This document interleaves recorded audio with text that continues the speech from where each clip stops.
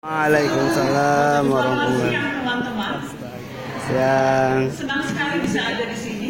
Saya ingat tahun lalu saya duduk di belakang, baru jadi YouTuber waktu itu, dan sempat berpikir dalam hati kapan ya kira-kira ada di atas panggung. Dan hari ini terima kasih betul sudah mengundang dan memberi kesempatan untuk bercerita apa pengalaman kami selama setahun terakhir jadi YouTuber. Saya mau memamerkan ini. Kok belum keluar ya?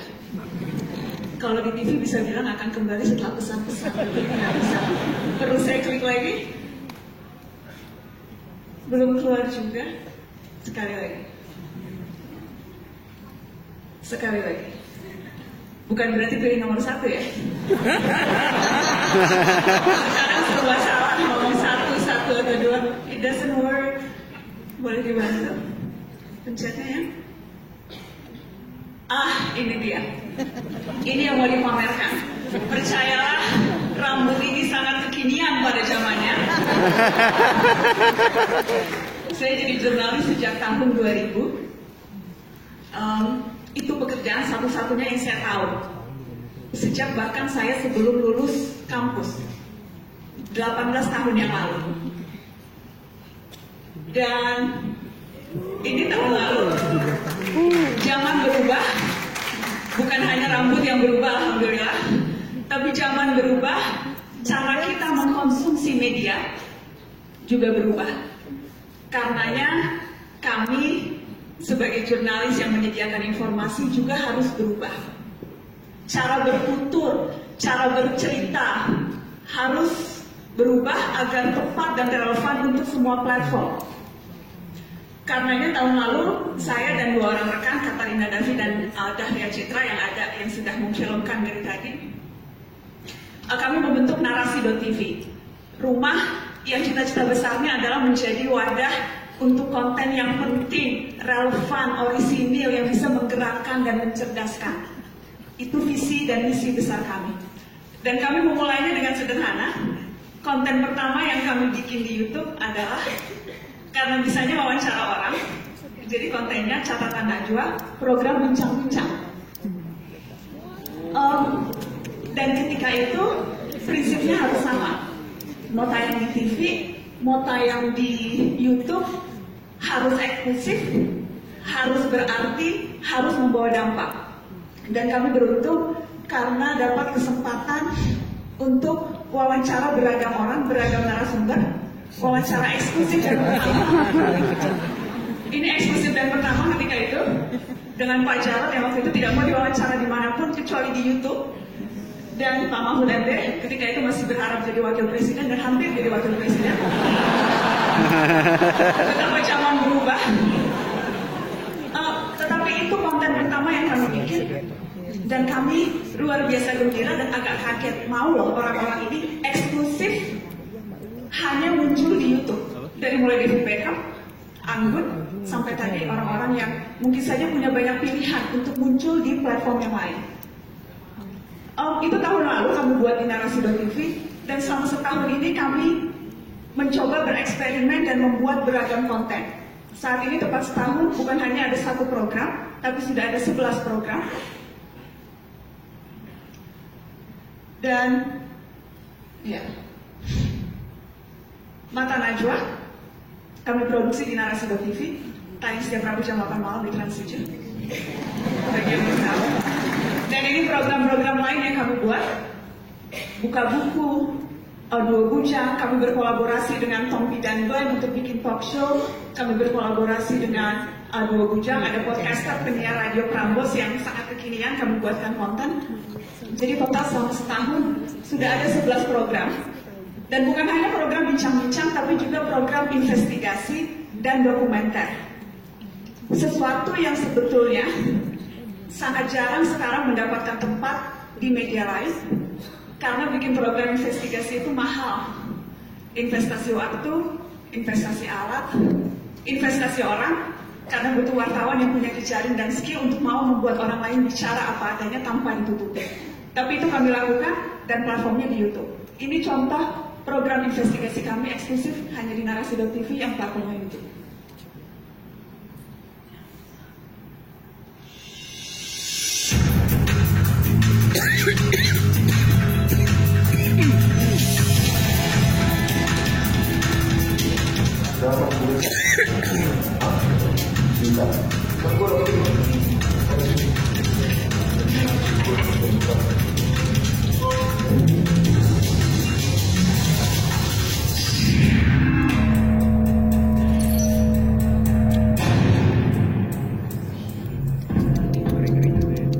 Banyak banget ribuan orang yang makan ribuan orang. Banyak bisa Penjara itu. karena udah ada pemasok kayak gitu. Di situ kan pakai disediain alat semua lengkap.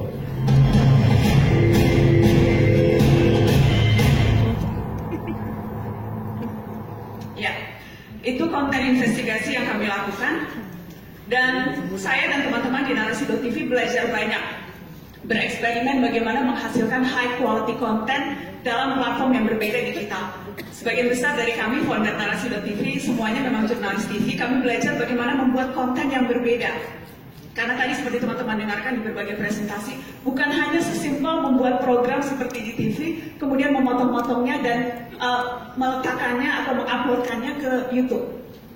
Dan kami sangat terbantu dengan Google Analytics yang bisa membaca dan memberikan insight siapa sebetulnya audiens kami, apa behaviornya, bukan hanya sebatas demografi tapi apa interestnya, dan mereka akan tertarik dengan kemasan yang seperti apa. Selama setahun kami mencoba bereksperimen dan saya ingin tunjukkan satu contoh konten dan kemasan yang kami buat berdasarkan spesifik Google Analytics yang kami peroleh.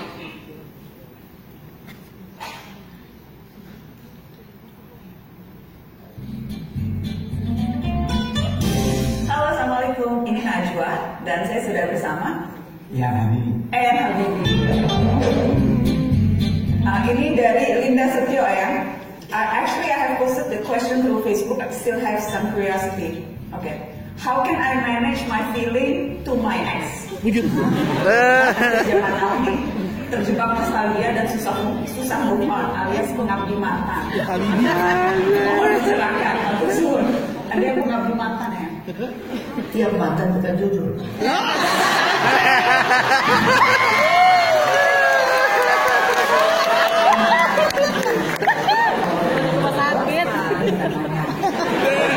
Jodoh, lupakan nama.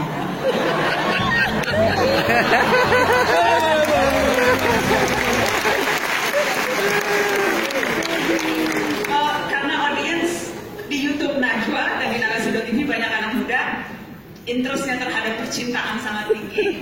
Kita tahu Eyang Habibie adalah salah seorang yang diidolakan, terutama karena kisah cintanya dengan Habibie Ainun.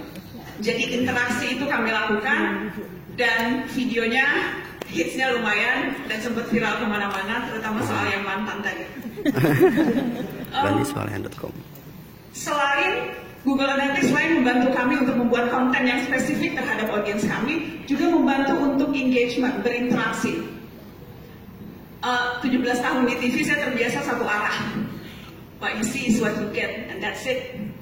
Tayang, selesai tayang, sudah selesai. Tapi YouTube, platform digital memungkinkan kami untuk mencari tahu apa sih yang mereka butuhkan, isunya seperti apa dan bagaimana mengemas itu. Dan salah satu program yang kami ciptakan berdasarkan kemungkinan untuk engagement yang tinggi itu adalah program ini. Shihab dan Shihab. Sekali lagi target audiens kami spesifik generasi milenial, anak muda yang punya kehausan terhadap Islam yang menyejukkan, Islam rahmatan lil alamin. Yang kalau kita bicara dunia digital, terkadang konten-konten itu sulit ditemukan. Kebutuhan itu ada, dan kami spesifik merancang konten ini yang memungkinkan netizen bertanya apapun tanpa sensor. Mulai dari apakah betul bumi itu datar, atau apakah jodoh itu dijemput atau ditunggu. Dijemput, by the way.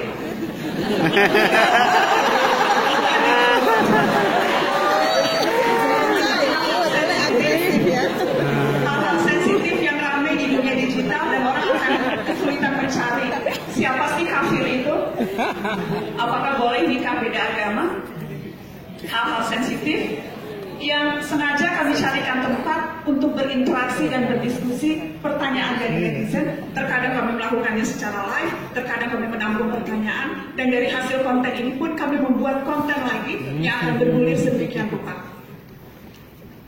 Dan pengalaman selama setahun di dunia digital membuat kami juga belajar bagaimana melakukan itu di televisi.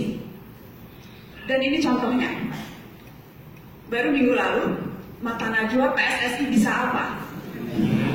Oh. Kita nantang PSSI. Dan bahkan sebelum itu tayang live minggu lalu, sudah trending duluan, karena kami membuat beragam aktivasi yang memungkinkan netizen untuk bisa berkomentar dan memberi masukan apa yang menurut mereka penting kalau kita bicara PSSI. Jadi kami membuat ini misalnya, dan ada banyak sekali yang, maaf digital tapi masih gaptek. Ini mencet sekali aja ya. Berubah. Nah. Oke, you get the point. Jadi ini memungkinkan untuk mereka berkomentar, dan ketika itu tayang, hasil tayangan Mata Najwa kami buat konten lagi untuk kami tayangkan di platform digital, dan efeknya luar biasa besar.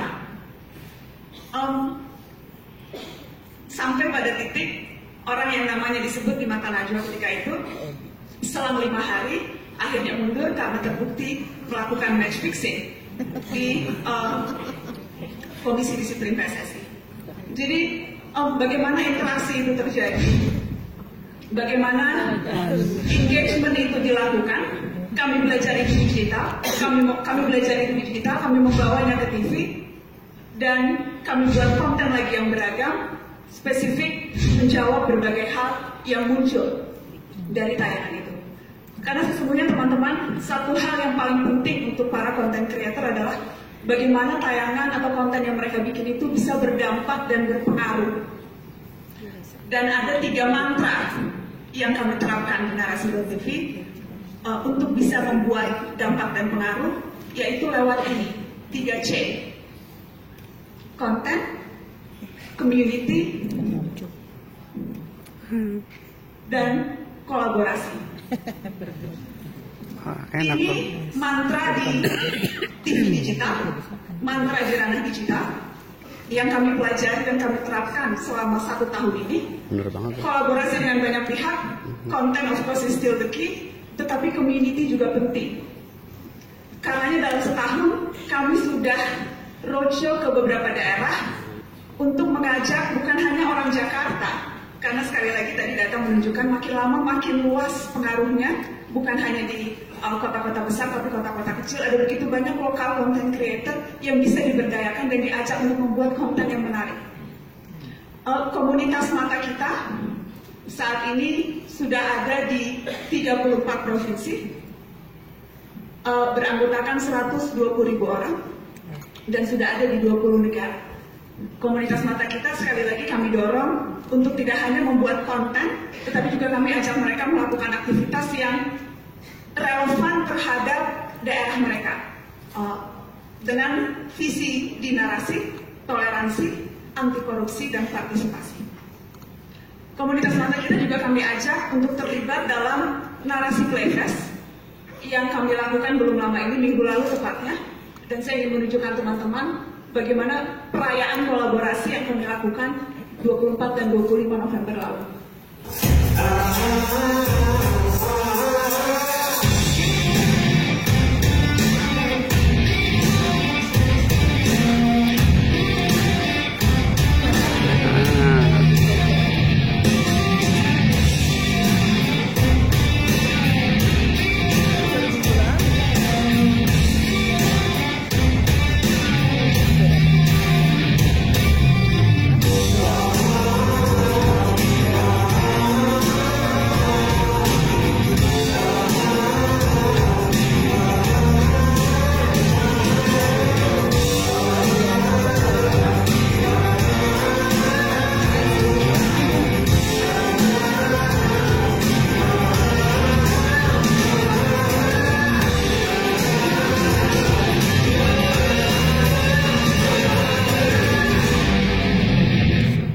Itu minggu lalu. Terima kasih.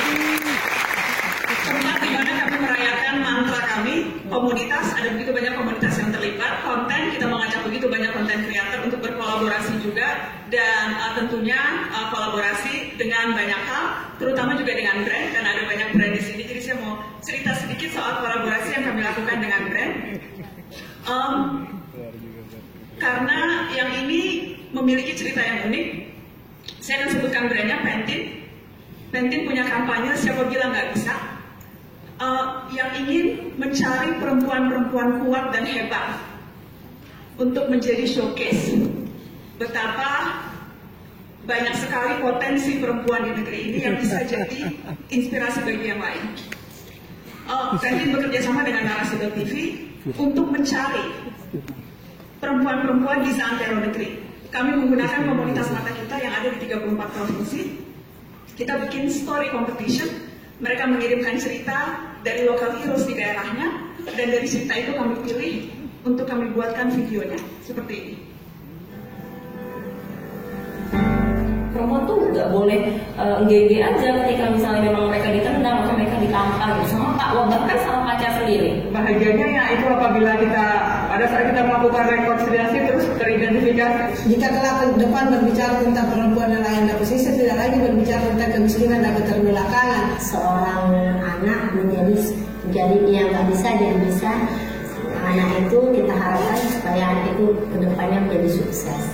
Memang benar saya bekerja di bidang yang lebih banyak didominasi oleh laki-laki. Berat secara fisik, tapi saya happy. Saya mau jadi dua, saya mau ada di transisi perempuan yang besar. Pada saat dia hamil, melahirkan, pada saat masa postpartumnya. Itu bergagasan bagaimana ya supaya tomat yang tanamnya juga sulit, biayanya banyak, tapi itu tidak dibuang begitu saja. Gender equality itu penting. Perempuan dan laki-laki harus setara di dalam pendidikan. Kami selalu menempatkan anak-anak di dalam lapas itu pedoman. Makanya di Kapas kami sangat terbuka dengan siapapun. Menjadi disabilitas itu adalah bukan pilihan. Kita pun juga nggak mau, tapi ini harus kita jalani. Iya, itu konten yang dibuat oleh Narasi.tv bekerjasama dengan Pantene dalam kampanye mereka siapa bilang nggak bisa. Jadi kolaborasi itu kami lakukan dengan banyak pihak dan senang sekali menemukan partner yang cocok, yang punya visi dan misi yang sama, yang percaya konten yang baik itu perlu, karena kita tahu apapun yang tampil di layar akan melebihi waktu, melampaui generasi, membentuk wajah dan kepribadian negeri. Apapun yang kita create sama-sama ini teman-teman, itu akan berpengaruh bukan hanya pada kita, pada anak cucu kita. Bagaimana mereka berpikir, bagaimana mereka bertindak, bagaimana mereka mengambil pilihan, bagaimana mereka menentukan keberpihakan, itu akan menentukan. Dan riset bilang, mereka mendapatkan informasi paling banyak dari layar besar, dan sekarang terutama layar kecil. Dan kami di Narasi.tv sejak awal berusaha memenuhi tanggung jawab itu. Bukan tanggung jawab yang ringan, tapi kami yakin tidak sendirian. Karena kami percaya ada begitu banyak pihak yang juga punya kesadaran untuk memenuhi tanggung jawab itu. Apakah platform Google Indonesia? Apakah teman-teman konten kreator yang lain? Atau teman-teman brand yang juga punya visi dan misi yang sama untuk mempengaruhi wajah dan kepribadian negeri bukan hanya sekarang tapi lapisan waktu yang akan datang. Jadi sekali lagi terima kasih kesempatannya, dan terlalu banyak cerita berharga, terlalu banyak cerita baik yang seharusnya bisa kita gandakan sama-sama. Semoga. Terima kasih. Assalamualaikum. Thank you, Nadia Shimon, for sharing about your journey. And now we'd like to invite Vishal Sarin, Director of YouTube Content Partnership Southeast Asia, on stage.